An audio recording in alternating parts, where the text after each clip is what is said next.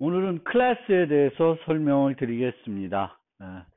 그래서 1장은 자바를 소개하는 거였고, 자바를 소개하면서 객체 지향은 이런 거다라는 얘기를 좀 했습니다. 그리고 2장에서는 객체가 뭐다, 객체를 뭐다라는 객체와 관련된 얘기를 했고, 이제 3장에서는 클래스 얘기를 하겠습니다.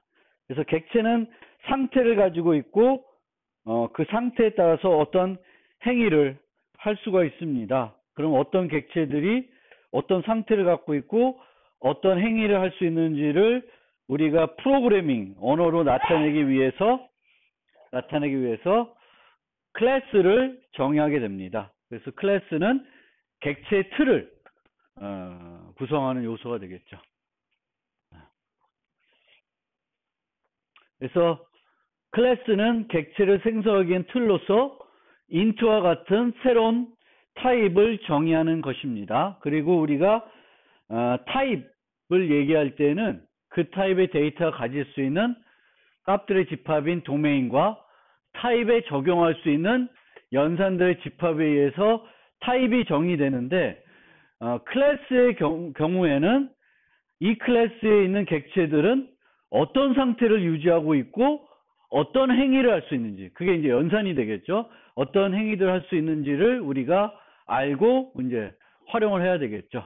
그래서 클래스를 여러분들이 직접 정의할 때에는 이 클래스의 객체가 유지해야 되는 게 뭐냐, 유지해야 되는 상태가 무엇인지 결정을 해야 되겠고, 그 다음에 어떤 행위를 해야 하는지 분석을 해야 되겠고, 어떤 다른 클래스들과 또 상호작용하는지를 분석해야 됩니다. 우리가 하나의 프로그램을 만들 때 클래스를 하나만 정의하는 경우는 없고 여러 개의 클래스들을 만들 것이고, 그러면 이들 클래스 간에 또는 그들 클래스의 객체들 간에 어떤 관계가 형성됩니다. 그 관계와 관련해서는 4장에서 좀 더 자세히 살펴볼 생각입니다.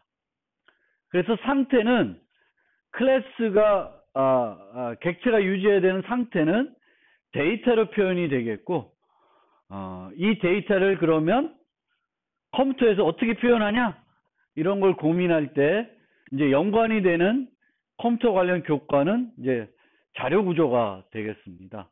그래서 좀 더 복잡한 데이터가 되면 이 데이터들을 어떤 자료 구조로 모델링하는 것이 좋을지, 이런 거를 이제 판단을 해야 되겠죠. 뭐 배열로 할지 스택으로 할지 큐로 할지, 이런 것들을 이제 자료 구조 시간에 좀 더 배우게 되겠고요. 물론 나이다 뭐 이러면은 인트 하나만 있으면 되겠죠. 근데 좀 더 복잡한 데이터들은 복잡한 자료 구조가 필요할 수 있습니다. 그리고 어떤 행위가 필요한지 알면 그것을 어떻게 구현할지 결정해야 되는데, 이제 이것이 복잡하게 되면 그 기능을 하는 알고리즘을 또 구현을 해야 되겠죠. 그래서 복잡한 알고리즘을 좀 잘 개발하려고 그러면은 알고리즘 수업을 좀 들어두시면 도움이 될 겁니다. 그리고 우리가 이런 행위를 구현할 때에는 그 기능을 완성하는 것도 중요한데, 그 기능들이 강건해야 됩니다. 즉 오류가 없어야 되겠죠. 그래서 예외 처리 등 코드를 강건하게 만드는 것도 중요한 요소가 되겠습니다. 그러면 우리가 이제 객체 지향으로 소프트웨어를 만든다 그러면은 제일 먼저 해야 될 일은 그 프로그램을 구현하기 위해서 필요한 클래스들이 뭔지 찾아야 됩니다. 제일 먼저 해야 될 일이 이 프로그램을 개발할 때 어떤 클래스들을 만들 것인지, 그리고 각 클래스에는 어떤 상태를 유지하고 어떤 행위를 가져야 되는지를 분석을 해야 됩니다. 그래서 클래스를 선택하는 가장 간단한 방법은 뭐냐 하면은, 우리가 분석을 하면 그냥 머릿속으로만 분석할 수 있지만 보통은 분석을 하고 사용자 요구사항이라든지 뭐 시나리오 분석 등 다양한 것들을 분석하고 문서화를 하게 됩니다. 그럼 그 문서화에서 등장하는 단어들을 보면 어떤 클래스들이 필요한지를 찾아낼 수 있습니다. 그래서 보통 그거를 명사, 동사, 명사 분석이라고 하는데, 이렇게 우리가 어떤 소프트웨어 개발 때 만든 그 개발 문서들, 사용자 요구사항 분석이라든지 시나리오 분석, 이런 것들에서 명사들은 보통 클래스나 클래스들이 유지해야 되는 상태를 나타내는 경우가 많고, 동사들은 그런 클래스들이 제공해야 되는 행위로 모델링 돼야 되는 경우가 많습니다. 그래서 문서들을 보면서 우리가 추출해내고 이제 찾아내야 되겠죠. 그것을 명사 동사 분석이라고 합니다. 클래스의 종류는 크게 여기서 4개의 종류로 소개하고 있는데, 종류 1과 종류 2만 전형적인 객체 지향에서 클래스라고 보시면 되겠고, 종류 3하고 종류 4는 객체 지향에서 실제 클래스로 보기는 어려운 그런 부분입니다. 늘 계속 말하는 거지만, 우리가 어떤 프로그램을 개발할 때 모든 요소를 객체지향적으로 개발할 수는 없습니다. 그래서 객체지향적으로 모델링하면 좋은 부분이 있고 그렇지 않은 부분들이 있기 때문에, 그렇지 않은 부분들은 또 어떻게든 구현을 해야 되겠죠. 근데 자바 같은 경우에는 함수만 따로 존재할 수 없기 때문에, 함수를 뭔가 객체지향적이지 않은 함수를 만들려고 그래도 그 함수를 클래스 안에 정해야 되는 그런 형태가 됩니다. 그래서 가장 많이 만나게 되는 클래스는, 객체지향적으로 의미 있는 클래스는 단일 개념을 나타내는 클래스입니다. 이것은 수학적인 개념일 수도 있고, 우리가 모델링하는 어떤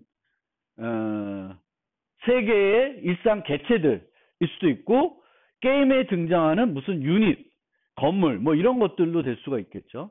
그래서 뭐 이런 것들이 단일 개념을 나타내는 클래스들이고, 얘네들은 상태를 가지고 있고, 그 상태에 따라서 어떤 행위들이 달라져야 되겠고, 얘네들은 보통 과거에 무엇을 하고 했는지를 기억하고 있고, 그 기억이 상태로 나타나겠죠. 그 다음에 두 번째는 단일 개념을 나타내는 건 아닌데, 이렇게 포인트나 은행계좌, 강아지, 학생, 교수 뭐 이런 건 아닌데, 어떤 기능을 구현해야 돼요. 어떤 기능을 구현해야 되는데, 그 기능을 구현하다 보니까 그 기능은 예전에 뭘 했는지를 기억하고 있어야 돼요. 기억을. 보통은 어떤 함수를 만들면은 예전에 뭘 했는지 기억하지 않고 현재 주어진 인자만 가지고 다 계산할 수 있습니다. 그럴 경우에는 꼭 객체지향적으로 모델링 하지 않아도 돼요. 그런데 어떤 기능을 구현하다 보니까 이 기능을 구현하려면 과거에 우리가 그 기능 갖고 뭘 했는지를 기억해야 되는 경우가 있어요. 그런 경우에는 객체지향적으로 모델링 하면은 되게 그 기능을 효과적으로 구현할 수 있습니다. 그래서 그런 것들이 뭐 우리 이제 만나는 것들이 스캐너 뭐 이런 것들입니다. 그래서 스캐너 같은 경우에는 입력을 처리하는데, 뭐 파일 처리를 한다. 그럼 파일을 지금 어디까지 읽었는지를 기억하고 있어야 돼요. 그래서 다음에 또 데이터를 읽으라 그러면 그 위치부터 읽어야 되거든요.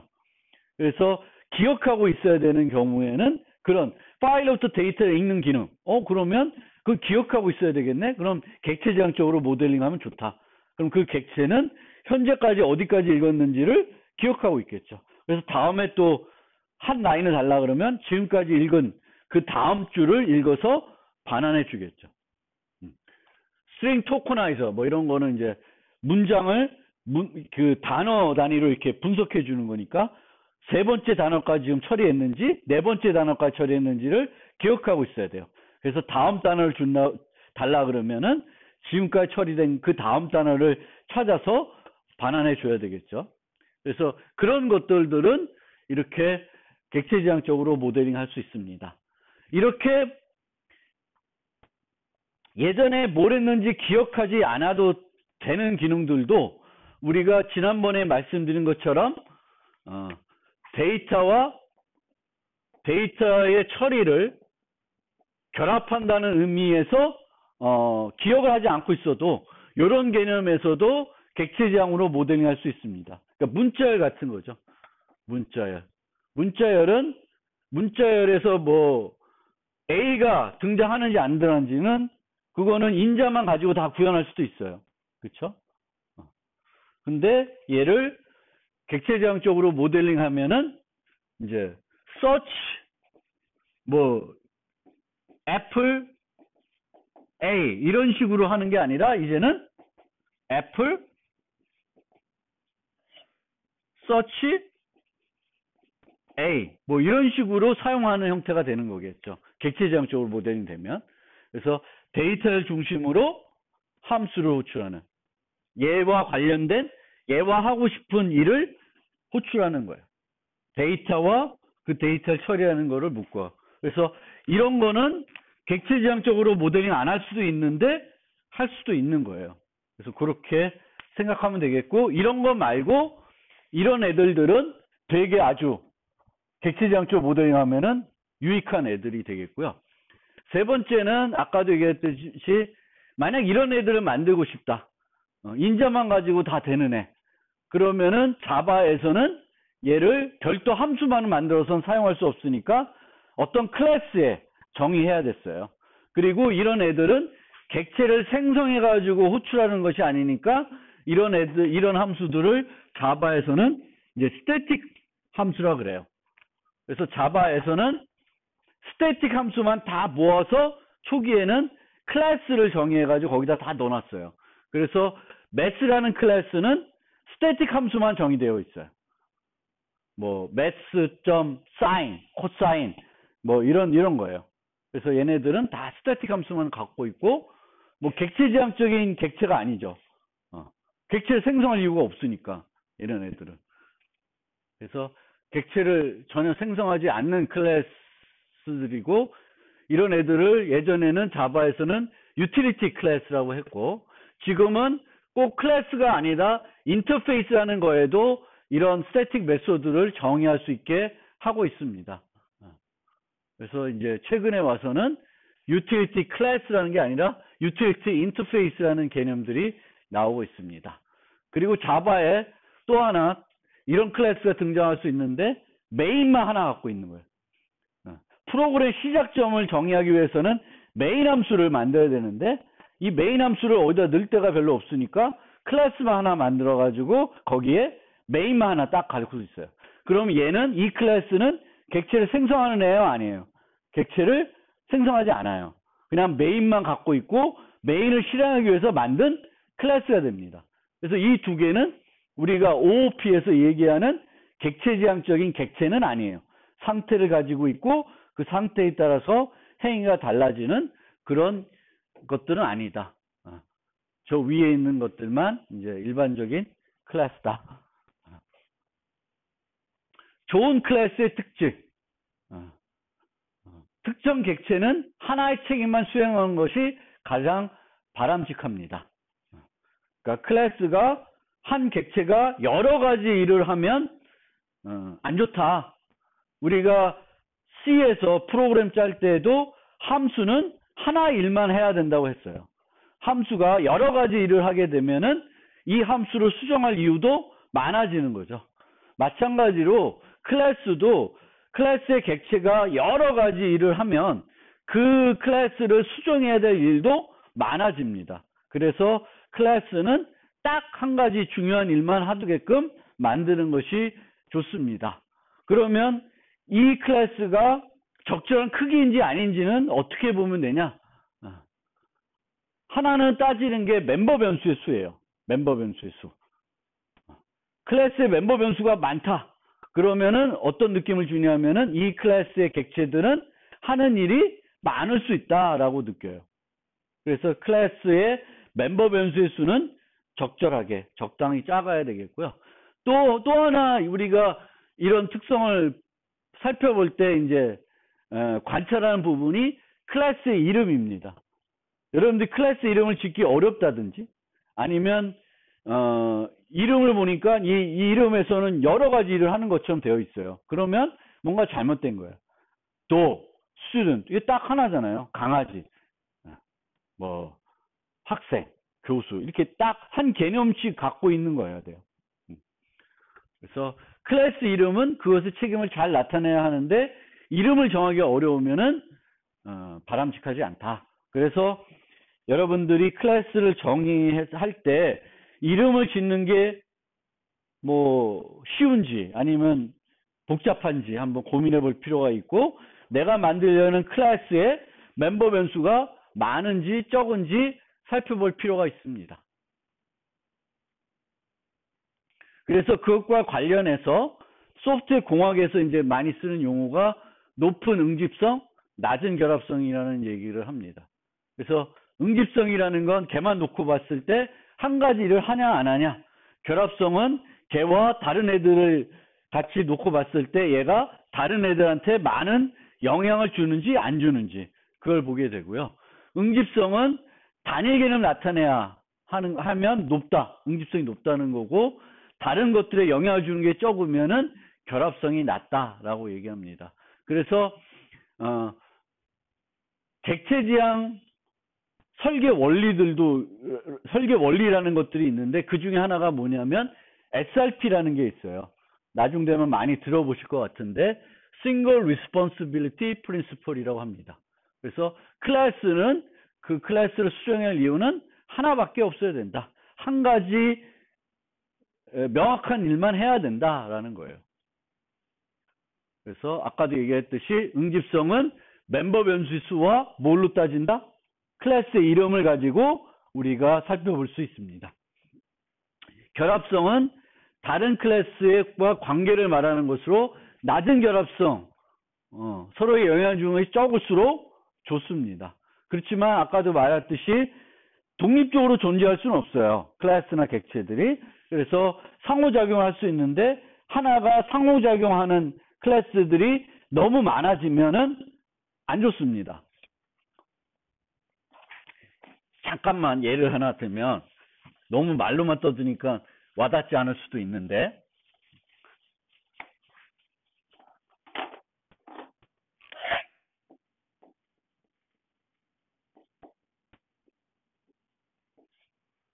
클래스 퍼슨이라는 게 있어요.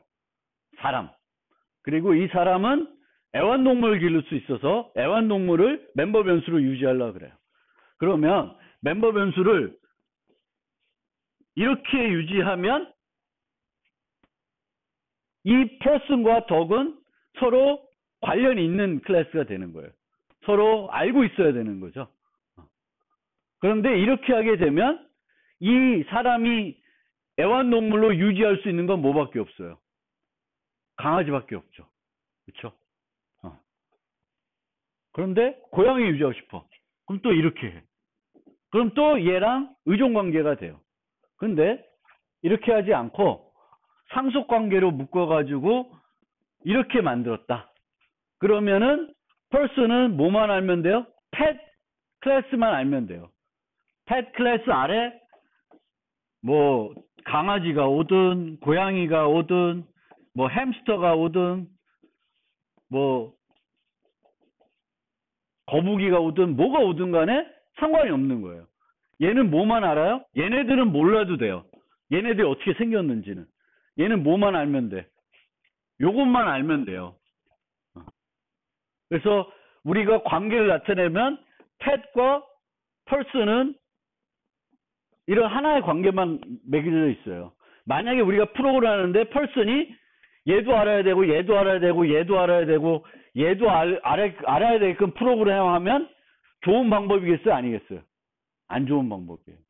얘는 이렇게 연결되지만 얘와 얘는 얘네들을 몰라도 쓸 수 있어야 돼요.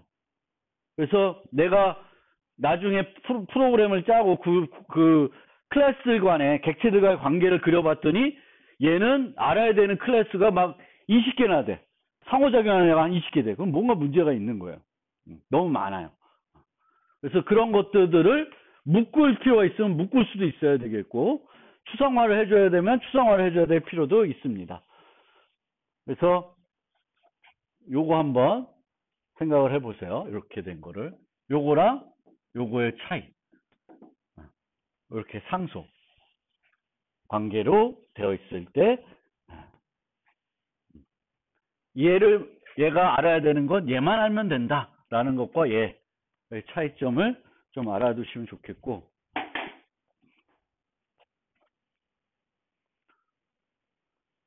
잘못 선택된 클래스.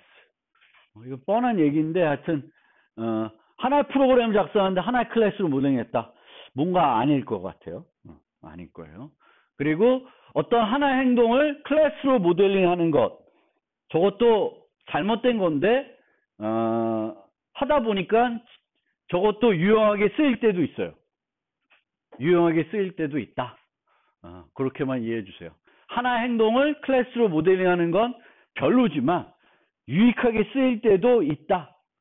유익하게 쓰일 때도 있고, 자바 8부터는 저것은 함수형 프로그래밍으로 대체할 수도 있다. 그건 나중에 여러분들이 보시면 좀 이해될 겁니다. 그래서 우선은 그렇게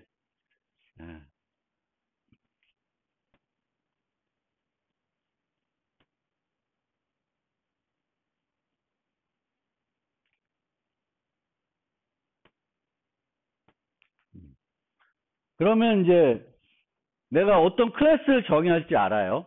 그러면 먼저 그 클래스의 상태부터 분석을 해야 되겠고, 그 상태들을 멤버 변수로 모델링해서 정의해야 됩니다. 그래서 일반적으로 이제 멤버 변수를 통해서 객체의 상태를 나타내고, 메소드를 통해서 객체의 행위를 나타냅니다. 그리고 이 객체 메소드는 객체의 상태를 활용해야 돼요. 객체 상태. 객체 상태를 활용하지 않으면 얘는 객체 메소드가 아닙니다. 그래서 객체 메소드는 객체 멤버 변수랑 주어진 인자, 내부 지역 변수 이용해서 구현할 수가 있습니다. 구현됩니다. 활용하지 않는다면 객체 메소드 모델링하지 않고요. 않을 수 있고, 인자만 이용해 구현 가능한 함수, 뭐 사인 함수니, is lowercase 함수니, 뭐 이런 함수들은 자바에서는 스태틱 메소드로 정의해서 사용할 수 있다. 그렇지만 뭐 꼭 이런 애들이라고 해서 꼭 일반 함수로 정의해야 되는 건 아니고, 문자일처럼 아까 말씀드린 것처럼 데이터와 그 데이터를 처리하는 것을 한 묶음으로 가져갈 수도 있습니다. 그래서 상황에 보시고 쟤를 객체로 모델링하는 게 좋은 건지, 아니면 그냥 스태틱한 일반 함수로 구현하는 게 적절한 건지를 보시면 되겠습니다. 그래서 그거를 잘 판단해서 선택을 하면 되겠고요. 그리고 각 멤버 변수와 메소드마다 접근 권한 관련 수식어를 개별적으로 붙여줘야 됩니다. 자바는. C++은 이거 개별적으로 붙여주는 게 아니라 뭐뭐 땡땡 해놓고 쭉 쓰면 그 접근 권한이 쭉 적용이 돼요. 근데 자바는 하나하나마다 별도 수식어를 가지고 각각의 접근 권한을 수식해 줘야 됩니다. 그게 멤버 변수가 됐든 메소드가 됐든. 그래서 그런 차이가 C++하고 차이가 있습니다. 그러면 멤버 변수. 객체 상태를 나타내기 위해서 이제 멤버 변수를 정의하는데, 특정 객체가 n개 생성되면 객체 멤버 변수도 몇 개 생성돼요? n개 생성됩니다. 그러니까 이런 person이라는 객체가 있어요. 그래서 얘는 애완동물을 유지하고 string name이 있다. 그러면 두 개 멤버 변수가 있으면은 얘는 생성하면 이름 그리고 pet 정보를 가지고 있는 요 객체가 생성됩니다. 이게 뭐 5개 생성되면 이렇게 5개 각각 가지고 있어요. 각각 가지고 있습니다. 특정 객체가 n개 생성되면 멤버 변수도 n개. 멤버 변수는 보통 private 접근 제어를 가지도록 합니다. private. 여기에 이제 private이라고 쓰죠. private. 그래서 함부로 객체 상대를 변경할 수 없도록 하고, 이 멤버 변수의 조작은 잘 정의된 public 메소드를 통해서만 수정할 수 있도록 이제 구현하게 됩니다. 멤버 변수 수가 너무 많으면 클래스의 응집성에 문제가 있을 수 있으니까 멤버 변수가 몇 개 필요한지 좀 잘 검토해 보겠고 서로 필요 없는 것이 같이 정의되고 있지 않나 한번 보실 필요가 있고요. 그리고 여러 개의 멤버 변수가 하나의 정보를 구성하면 이것들을 따로따로 정의하기보다는 하나의 클래스 타입을 따로 만들어 가지고 걔를 멤버 변수로 유지하는 게 좋아요. 그럼 여기에 예를 들면 주소 정보를 유지한다. 주소 정보를 이용하기 위해서 뭐 string address라기보다는 뭐 country, string state, string street, 뭐 city 이렇게 유지하면 멤버 변수가 엄청 늘죠. 우편 번호 막 이렇게 되면. 그러면 이렇게 쓰는 건 아니고 얘를 그냥 어드레스라는 걸로 새로운 클래스를 정의하고 얘는 뭐만 유지하면 돼요. 그러면 어드레스를 유지하면 되겠죠. 많이 유지하는 게 아니라. 그래서 내가 여기에 멤버 변수들을 쭉 나열하는데 같은 정보를 좀 분리해 놓은 거야. 그러면 차라리 걔를 합쳐가지고 별도 클래스 정의한 다음에 요거의 멤버 변수만 하나 유지하는 게 더 깔끔한 방법이고, 이렇게 해 놓으면은 나중에 여기다가 필요한 주소와 관련된 정보가 바뀌더라도 얘는 영향을 안 주죠. 그렇죠? 얘는 그걸 그대로 쓰면 되니까. 그래서 여기서 하나의 정보를 구성하는 여러 멤버 변수가 있으면은 걔를 따로따로 하지 말고 하나로 합쳐서 사용하는 게 좋습니다. 그리고 유지하는 데이터가 객체 수명 동안 변할 수 있는 건지 변하지 않는 건지도 잘 따져줘야 돼요. 뭐 사람 이름 뭐 이런 것들 이건 다 바뀔 수 있다고 치는데 어떤 응용에서는 안 변할 수도 있어요. 뭐 사람 이름이라는 게. 그리고 뭐 지난번 예제처럼 학생이 있다. 학생의 입학 연도는 안 변해. 한번 설정하면 안 변해요. 근데 학생이 이수한 학점은 매 학기마다 그 이수한 학점에 따라서 증가돼야 돼요. 그럼 하나는 변수가 되겠고 입학 연도는 뭐가 돼요? 상수로 모델링 돼야 돼요. 그래서 변하지 않는 것은 상수로 모델링 해가지고 강건성을 추가적으로 높일 수가 있습니다.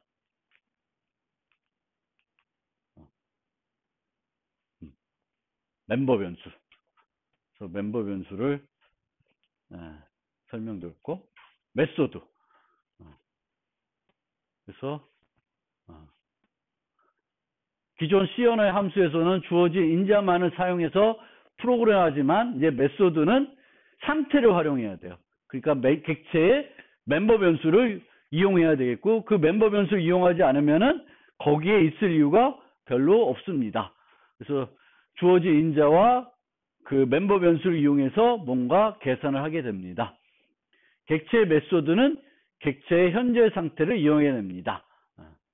그래서 객체마다 다른 상태를 유지할 수도 있고, 문자에 어떤 거는 애플, 어떤 건 바나나, 어떤 건 그레이프, 뭐 이렇게 다 다르겠죠. 문자마다. 그마다 상태를 다른 것이고, 객체 수명 동안 상태가 변경될 수도 있습니다.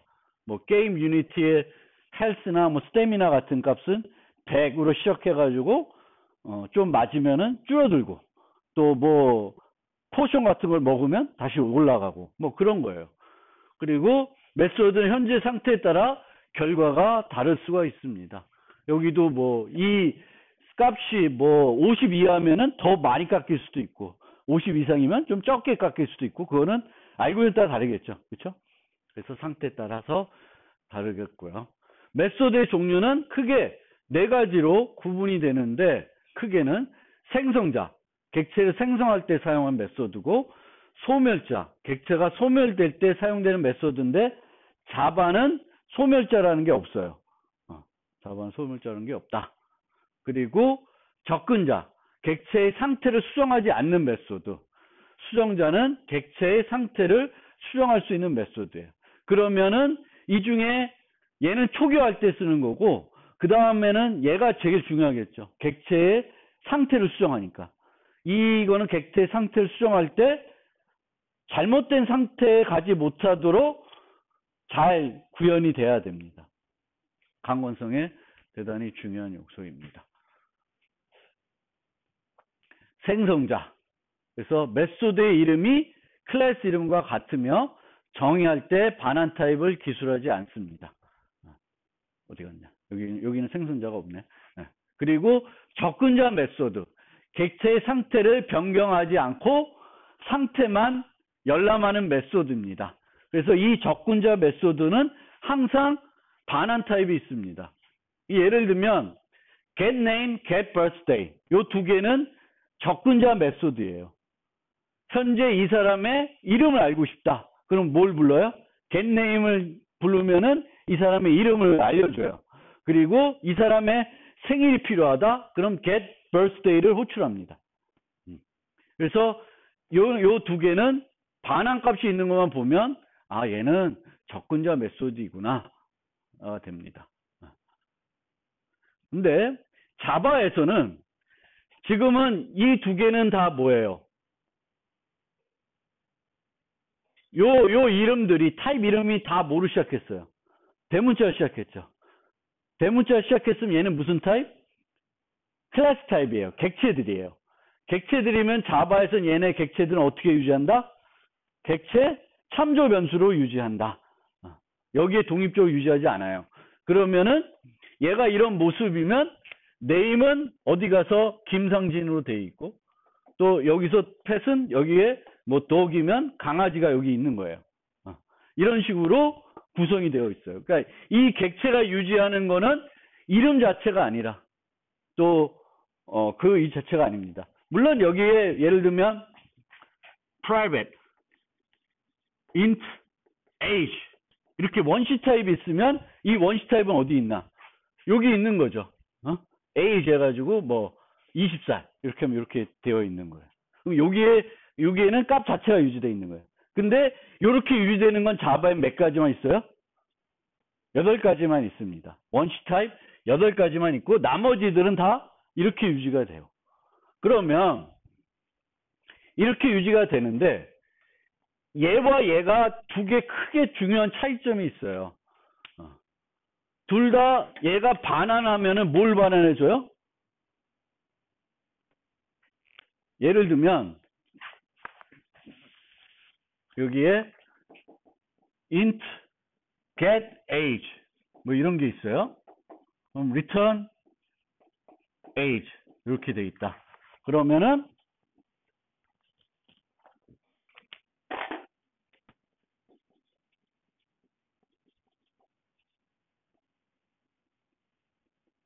막 사용을 했어요. 그 다음에 int a equal p.get age 했어요.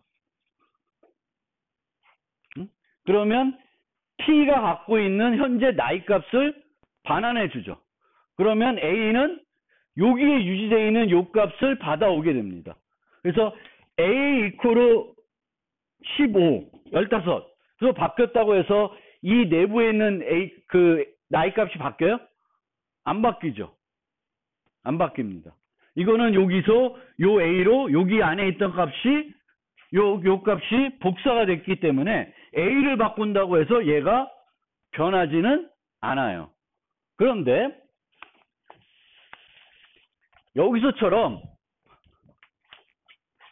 p.get birthday 해가지고 birthday를 받아왔어요. 그럼 어떻게 되냐면 여기 스펠링 틀렸네. date birthday라고 하면은 birthday라고 하는 변수가 있고 여기 date birthday라는 게 있고 여기서 p.get birthday 했어요. 그러면은 얘가 뭘 리턴하냐면은 요 주소를 리턴해 줘요. 주소를. 요거를 복사해 주는 거예요. 그러면 얘도 어디가 있어? 이건 펫인데 어쨌든 얘를 이렇게 뭔가 이렇게 유지하고 있다. 여기가 데이트다. 생일이다. 그러면 얘도 얘를 가리키고 있는 거예요. 똑같은 것. 참조니까. 그런데 여기서 set month 12 하면은 누구의 생일이 실제 바뀌어요? 이 사용자의 생일이 실제 변할 수 있죠. 원래 이 사용자의 생일은 바꾸려고 그러면 여기에 있는 무슨 set birthday나 set name 이런 걸 갖고 바꿔야 돼. 그런데 이 경우는 어떻게 됐어요? 이 리턴된 값을 이용해서 뭔가 조작을 했더니 이 사용자의 생일에 영향을 줬어요. 그럼 이건 별로 안 좋은 거죠. 바람직한 게 아니잖아요. 그렇죠? 그래서 이 자바에서는 이제 이런 문제가 있습니다. 그러니까 자바에 유지되는 이 멤버 변수들이 다른 객체일 수 있어요. 그럼 얘가 유지하는 거는 그 객체 자체가 아니라 뭐다? 그 객체가 있는 위치 정보를 유지하고 있어요. 그리고 여기서 반환하는 것도 뭘 반환해줘요? 위치 정보를 반환해줘요. 그러면 얘나 똑같은 걸 가리키고 있기 때문에 얘를 이용해서 조작하나 얘를 이용해서 조작하나 같은 애를 조작하게 됩니다. 그러면 이거는 별로 바람직하지 않아요. 그럼 어떻게 하면 되겠어요? 이런 문제는. 얘를 반환해주면 안 되고 얘의 복사본을 반환해준다든지 그런 조치들이 필요해요. 얘를 복사본. 얘 복사본을 바꿔서 주면 얘를 수정하더라도 얘 자체는 수정이 안 돼요. 그러니까 얘를 주는데 얘를 주는 게 아니라 얘랑 똑같은 애를 복사해가지고 요걸 줘요. 그러면 얘가 요걸 막 수정해야 돼도 얘는 영향을 안 주는 거예요. 그런 방법을 이제 프로그래밍 할 때 생각을 하셔야 돼요. 그런데 이 getName은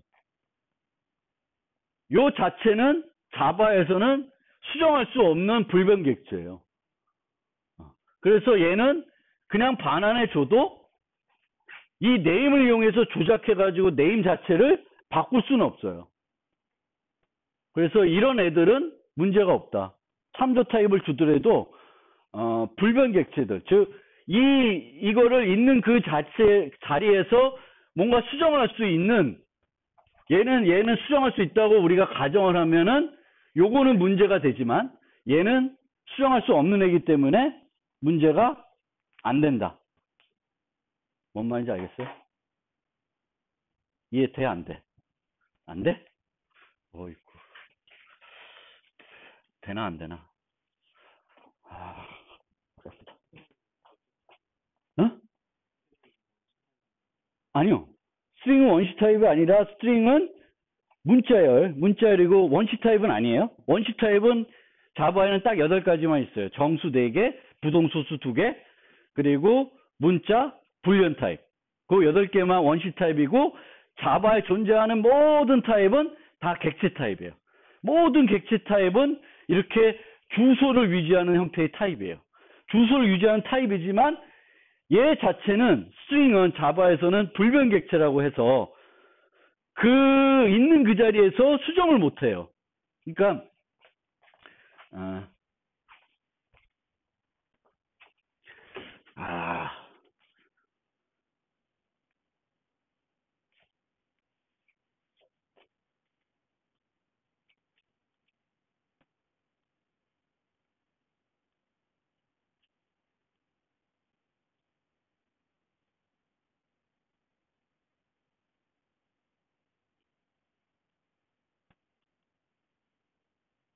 내가 왜 그거 풀었지?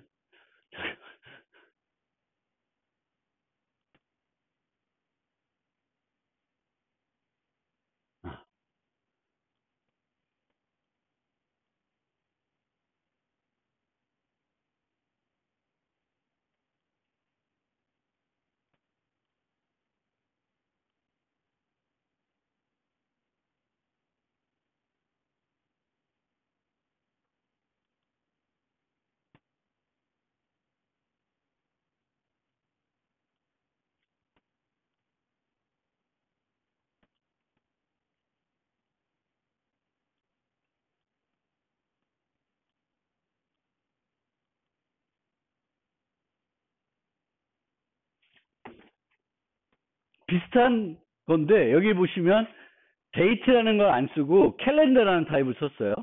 똑같은 개념이에요. person이라는 클래스가 있는데 이름을 유지하고요. 이름을 유지하고 그 생일을 유지하고 있어요. 생일을 유지하고 있고 여기서 getName은 이름을 리턴하고 있고 얘는 생일을 리턴해주고 있어요. 그러면 우리가 이 사용자의 생일을 알고 싶다. 그러면은 그 생일을 이렇게 받아볼 수 있는데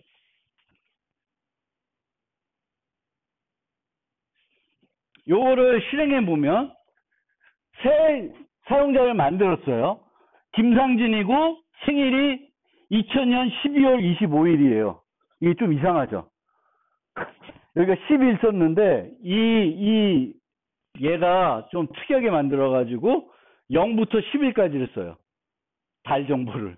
그래서 10일이면 0이면 January에 해당되고 10일이면 12에 해당돼요. 그래서 여기에 찍히는 거 보면 12월 25일 2000년도 12월 25일이에요. 그 정보가 이렇게 들어가 있어요. 그래서 상진의 getName 하면은 요걸 주겠죠. 요 김상진. 김상진이 출력이 돼요. 상진의 getBirthday 해가지고 시간을 찍으면 이렇게 찍혀요. 근데 여기에 보면 상진 요 name이라는 걸 getName을 받았어요. 그럼 요 name은 현재 무슨 값일까? 김상진이죠. 근데 김상진을 김진희로 바꿨어요. 그럼 어떻게 되는 거예요?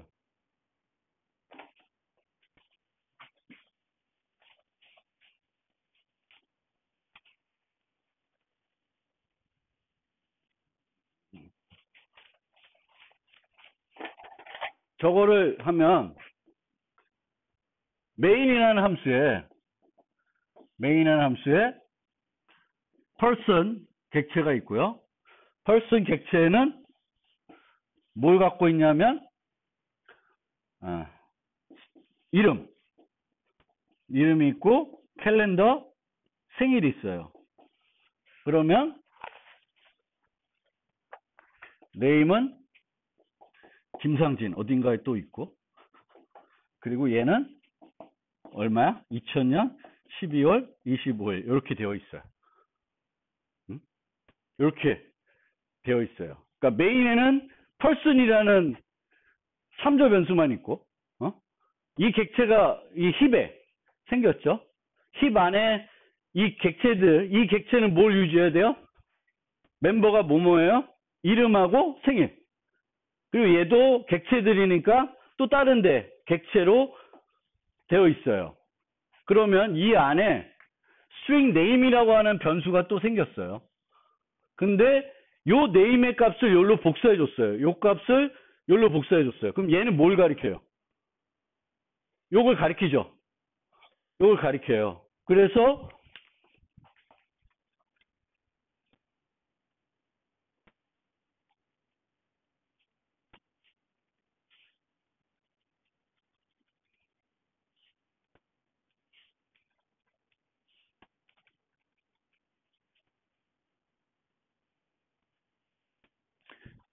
요 받은 네임을 찍어보면 김상진이 나와요. 근데 그 다음 줄에 뭐라고 있냐면 네임 이퀄로 김진이를 했어요. 그러면은 김진이라고 하는 문자열이 하나 만들어지고 얘는 뭘 가리켜요? 이제 얘를 가리키는 게 아니라 얘를 가리키게 돼요. 얘한테는 하나도 영향을 안 주죠. 얘 자체를 수정할 수 있는 메소드가 자바에는 없어요. 요 있는 위치에서. 이해 안 돼요? 그래서 했는데 캘린더는 2025로 바꿨더니 1월 25일로 이 김상진의 생일이 바뀌어 버렸어요. 얘는 똑같이 캘린더라는 게 있으면 이 캘린더라고 하는 거는 얘를 가리켜요. 그리고 실제 set이란 메소드를 이용해서 요 값을 1로 바꾸는데 성공을 했습니다. 얘는 불변 객체가 아니에요. 수정할 수 있는 set과 같은 메소드를 가지고 있는 애입니다.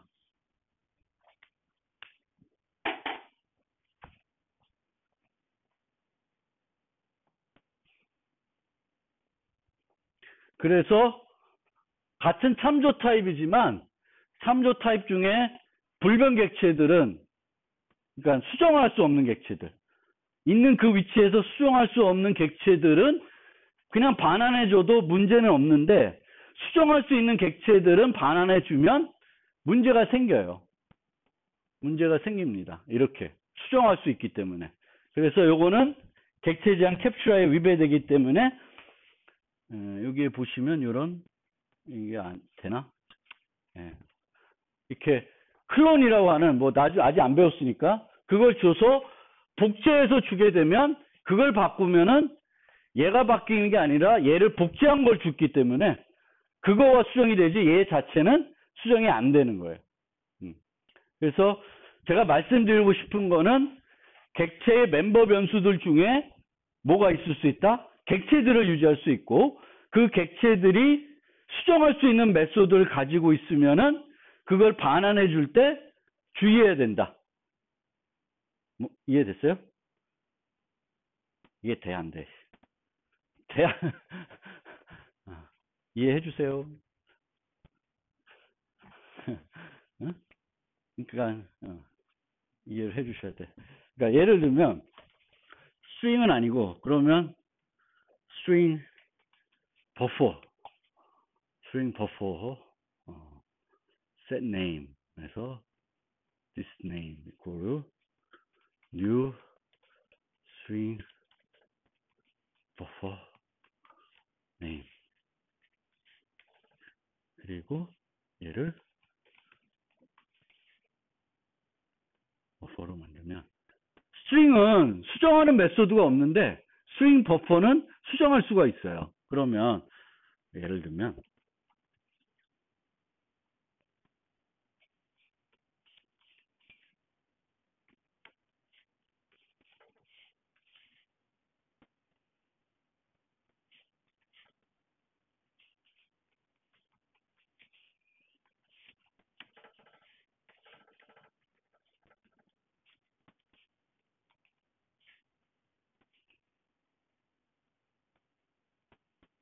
에러 났다. 왜 에러 났지? 아이씨, 에러 났지. 요번에 이렇게 바꿨더니 얘가 요거 A로 바꾸니까 출력되는 게 어떻게 출력돼요? 애플로 출력되죠. 그러니까 스트링 버퍼라고 하는 것은 수정할 수 있는 애예요. 수정할 수 있는 애.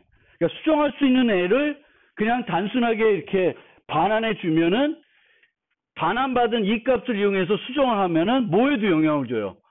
요 객체에 영향을 줬죠. 그런데 그렇게 하면 된다, 안 된다?